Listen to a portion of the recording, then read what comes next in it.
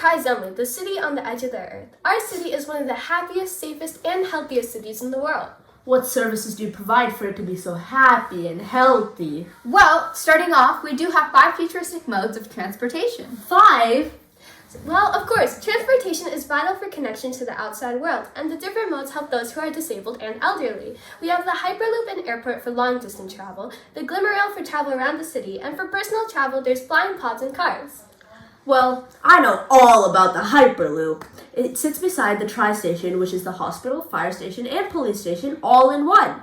The Hyperloop produces kinetic energy by pressing down on piezoelectric crystals, creating voltages that can be converted into electricity to be used for the buildings below. What about the other transportations? Another mode of transportation is the Glimmer Rail, which runs around the city and uses solar power to get people where they need to go. Each stop has an electrical charging station funded by the city, and its transmitter uses reusable batteries instead of regular ones for safety reasons. It is quite expensive and requires a lot of technological engineering, but it's a convenient mode of transportation for the city. The flying pods are made out of levitation materials and use blades to get around.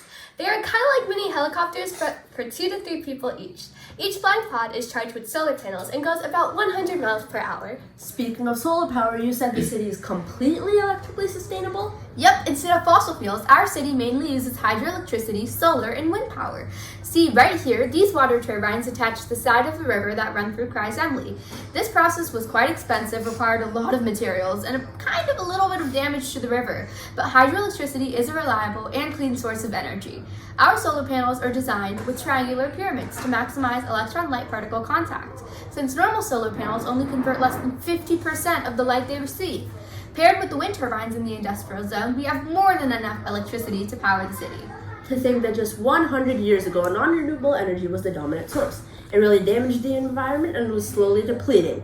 Although expensive, newer sources are far more reliable. That reminds me, how'd you solve the issue of air and land pollution? We have a factory that uses a process, DAC, or direct air capture. DAC takes carbon emissions from above, strips their carbon, and turns them into clean air.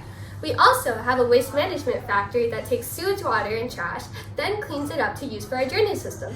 That's one reason why people love the city, the clean air. Tourists come from all over to experience it. Speaking of tourism, that's your main industry, right? Along with fishing and shipbuilding, of course. Many famous touring spots include the National Mall, Biolumina Park, and the Celestia Research Center. This research center not only holds a large telescope, but it also facilitates underwater tours to the Arctic and is leading in hydrology studies. You sure know a lot. Yeah, we have that, and we also trade bioluminescent studies and materials to light up our streets and famous Yggdrasil. Okay. To light up our streets and famous Yggdrasil, we use bioluminescent genetically modified bacteria. It may not be quite as bright as street lamps, but it's functional and much more cost effective. Oh, the Yggdrasil, the artificial tree in Biolumina Park that contains special AI electrical distribution technology to act as the power distribution grid of Kryzemli. How'd you guys think it up? We used the engineering and design process. We defined our problem of having power outages, brainstormed, planned, executed it with many different kinds of engineers, and finally reflected to create an ever-improving technology. And because the city is so technologically advanced, we have to manage it all with strong leadership so nothing wrong goes unnoticed. Well, that's all you have to know about our city. How'd you like to live here?